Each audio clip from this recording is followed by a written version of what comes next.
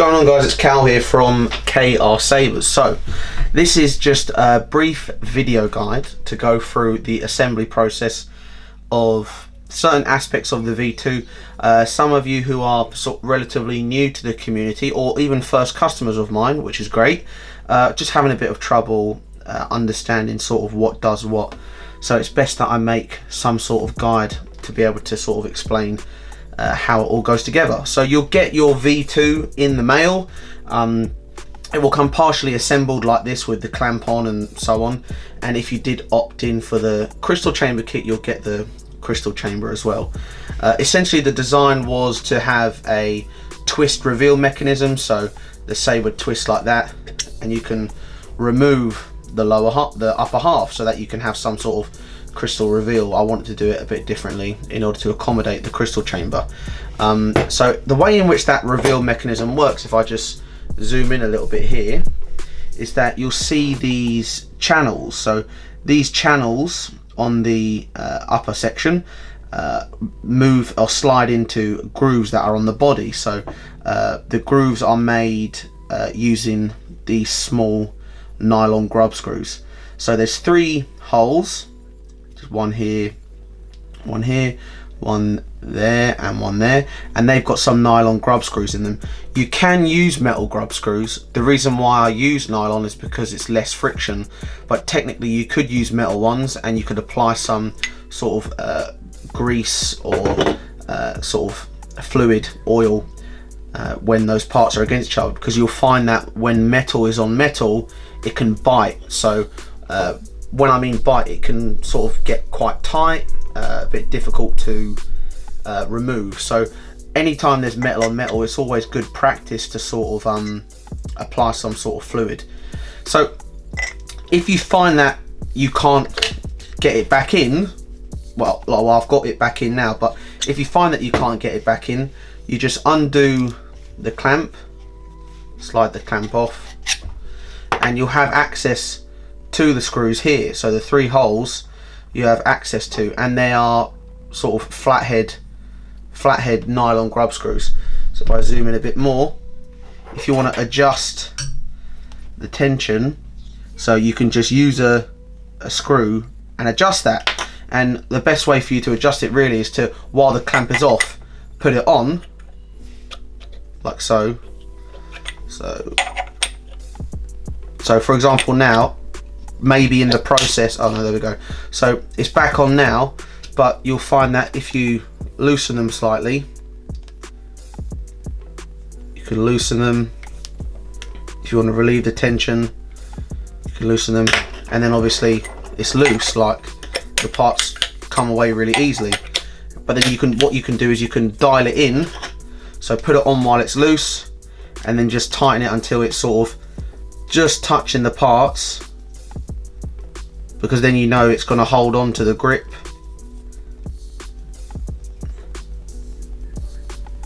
And then you can have some sort of like no rattle really, and then you can just put the clamp back on over it. When you've done that, you've adjusted it, so now you can easily put the sabre back together and close the clamp. So that's sort of how the reveal mechanism works. So I wanted to address that for everyone, so everyone was sort of on the same page as to how the reveal mechanism works. I'll just go through some of the other screws. So this top screw here that you can see, that top screw doesn't serve any function. It's just for accuracy for the blade plug. This is your blade retention screw. So when you loosen that, it will loosen the blade plug out like so, and the blade plug can be removed. You then have in here, this is your LED module. It's threaded in, so you can put your 2 fingers in there, you can unscrew it, and that is your heatsink module. So the Hilts were designed for Cree LEDs. It was sort of before the NeoPixel craze, and it threads in there. Obviously you can do a NeoPixel if you want to, but that will require modification. And then that's just your upper piece. So I'll put that to one side. And you've got the lower half. Like I said, in order to remove the clamp, I'll just put that screwdriver aside. In order to remove the clamp, you just undo it, slide it off.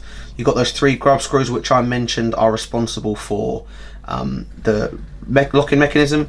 This is an accuracy screw, so that just stays as it is. You've got your cone knob which unscrews if you want to, and then you've got the lower section which you can undo the pommel like so,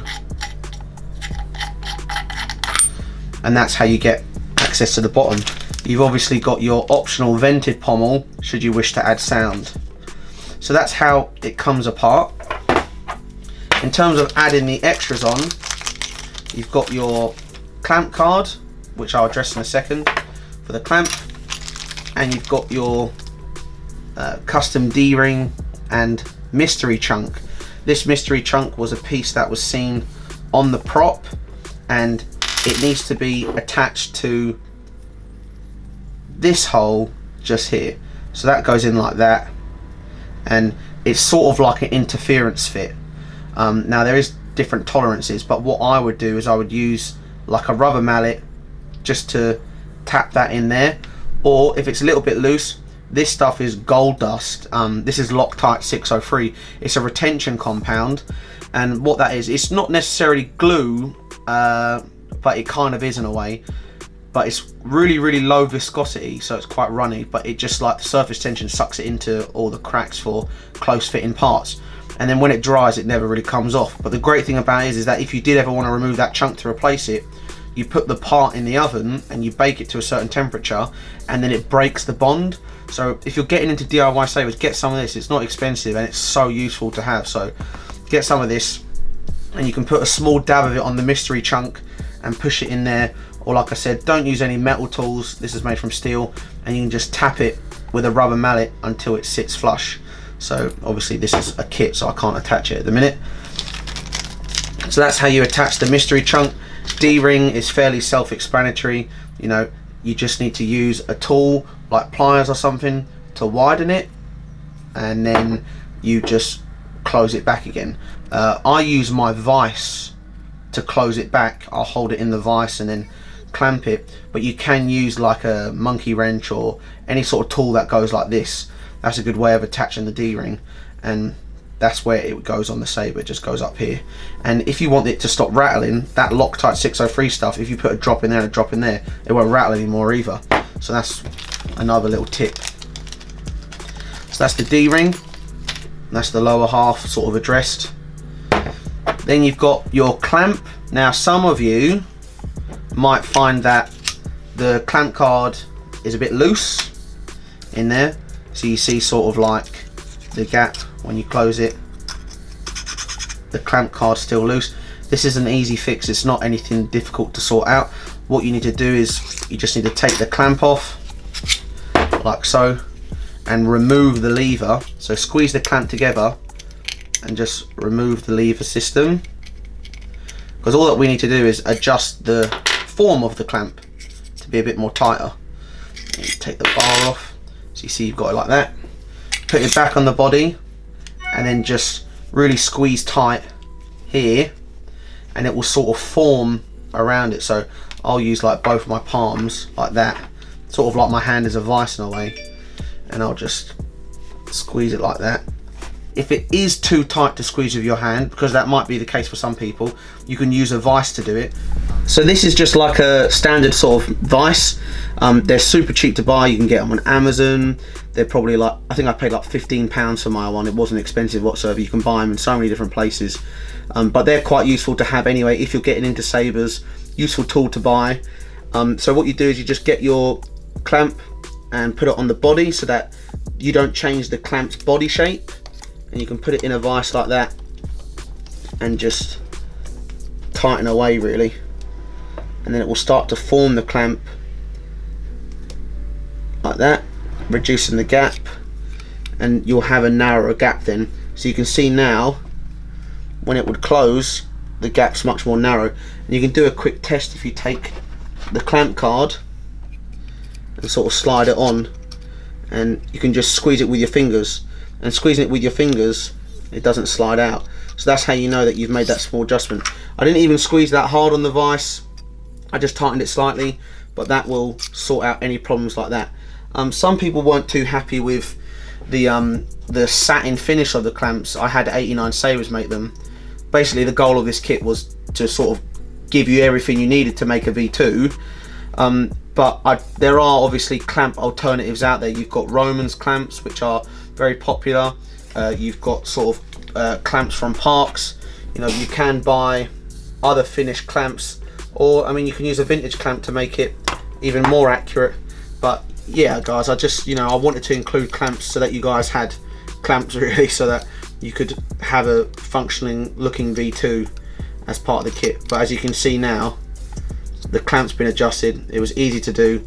I've shown you how to do it if you can't do it with your hands, how you can do it with an inexpensive tool. That would be a great, pardon the pun, a great addition to your collection. So hopefully this helps, and I'll jump back to how the crystal chamber works now. So I'll show you how to assemble the clamp again, obviously. So put the bar on there. If I just zoom in, put the bar on there, get your clamp lever, put the little lever nut, sorry, lever spacer over the lever, in it goes, like so. Oop. In it goes. I'll just move this chamber a bit. I'll move these parts so it focuses properly. So put it in there, give it a little squeeze, put the other piece on the other side, and just start to screw that on.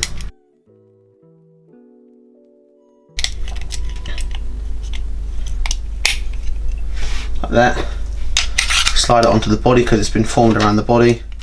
Check the clamp. Like that. Happy days. Not loose, not sliding anywhere. So that's just a way in which you can adjust the clamp with a really cheap tool. You don't have to put any effort into it whatsoever, and it solves any problem that you have with the clamp. I assume most people who have bought these kits will have a vise, because it's like sort of a type of tool that you would use in this sort of community. But if you don't, like I said, they're so easy to get. Amazon, anything like that, you can get them so easily, so cheaply, and it's just you won't regret ever having one in your workshop anyway. So clamp goes on there. Oh, a bit too tight now, but anyway, that sort of addresses the whole clamp issue.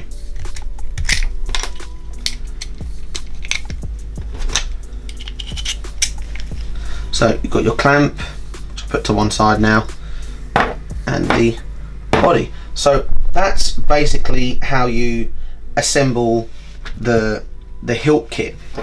Now if you've opted for the crystal chamber, you'll get these components with the package and a bag of screws. Now you might be wondering what certain parts are, but the crystal chamber attaches to the chassis. So this is the base of the crystal chamber, this piece, and this piece attaches to the chassis because the brass rods that run through attach to the chassis. So you do need to put some glue here when you attach to the chassis, put some glue on the tubes, and that will keep it secure to the chassis. It will make a bit more sense when the chassis guide comes out, but I'm just showing you now in case you want to, I don't know, put it on display or something. So just empty out the screws first. So you'll get 6 M2 screws, which I'll show you now. I'll just do so. These are the really tiny ones. Just focus here. You'll get six M2 screws.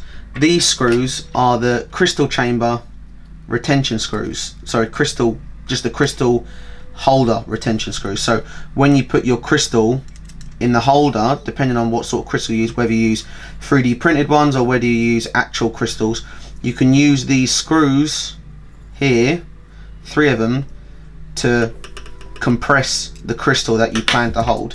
You use a 0.8mm Allen key because these are really tiny, and let's try and put one in.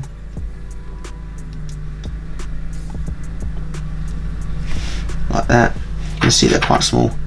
0.8mm Allen key, and you can screw those on into the chamber. It is a bit fiddly. I got big fingers, but 3 of them into each crystal holder. And like I said, the guide will explain this when it's eventually done. This is just to clarify any questions that are made in the meantime, like so. So you see all 3 are in there, and that is what will hold the crystal. And obviously you've got a second one as well over here. So the crystal holders, one goes in the bottom like that, and one goes on this one. Be careful of which hole you choose, because you want to have it so the holes line up. So this is going to go in here, and you want the holes to line up for the retention screws. So make sure that it's in the bottom one. So that's how that goes. Once again, you're probably wondering how these stay in. Back to a little dab of Loctite 603, little dab on the brass piece, or a little dab of super glue, and that way, because I wanted people to be able to sort of orientate how they want the crystal shown. So that is glued in like that. So if I take those out for the meantime, put them to one side along with the tiny screws. You've then got 4 grub screws shown here. They use a 1.5mm hex key. These are really useful tools. These are like RC hex drivers. You can buy them on Amazon as well. I think they're like £8, something like that. 1.5mm. So put your grub screw. The shorter end is the bottom, so just plug that in there, line up the hole like that, and then screw in the grub screw like that. Other side, there's another hole.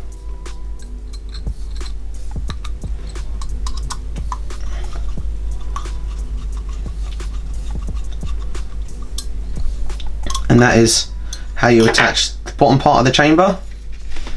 Top part, same deal. Make sure you get the alignment right, so you can just put the part next to each other to see. So obviously that's the wrong way around. It needs to be this way around. So that slides in. Right. It's quite a snug fit. So you line up the holes. And remember guys, if some parts have maybe a bit of dirt or debris in them for any reason, you can just use some sandpaper, or you can use a file just to file any burrs that may have been missed during manufacturing. I can't make sure everything's absolutely perfect, but I haven't had any reports so far. So that's how you assemble those chambers. Obviously you'll have your crystal holders on the inside like that once you glue them in.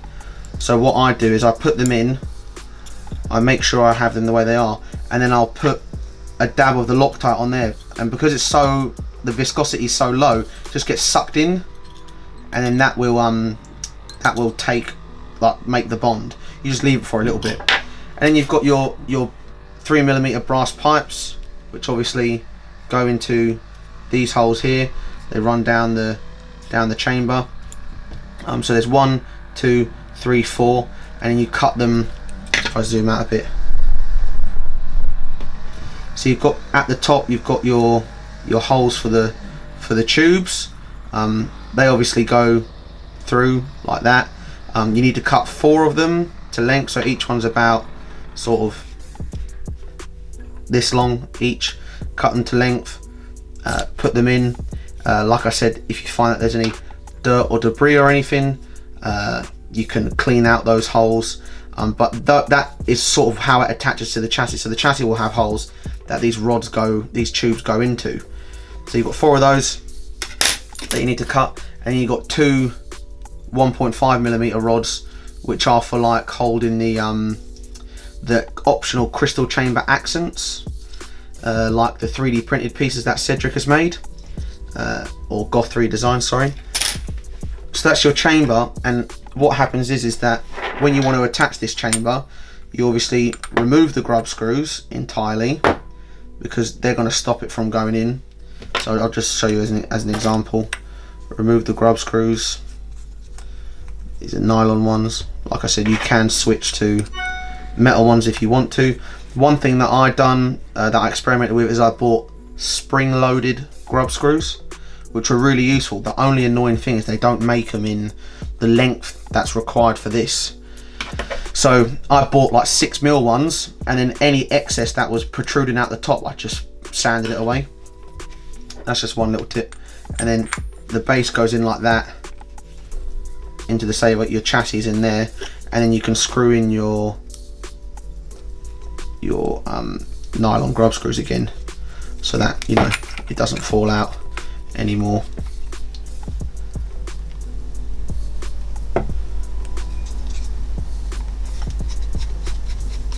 Like that.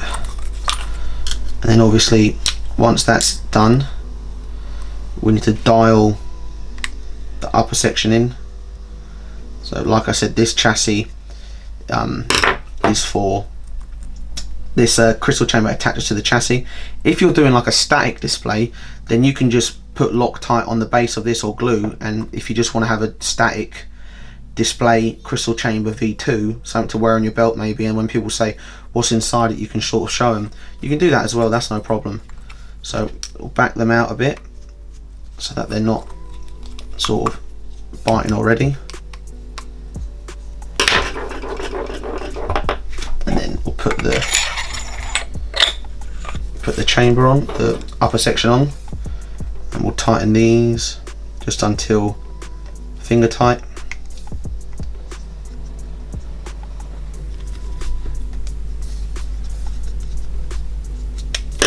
So now it's still not loose, but it comes apart nicely. You've got the reveal mechanism. Obviously when it's attached to the chassis, it won't be as wobbly as it is now, because it'll be fixed.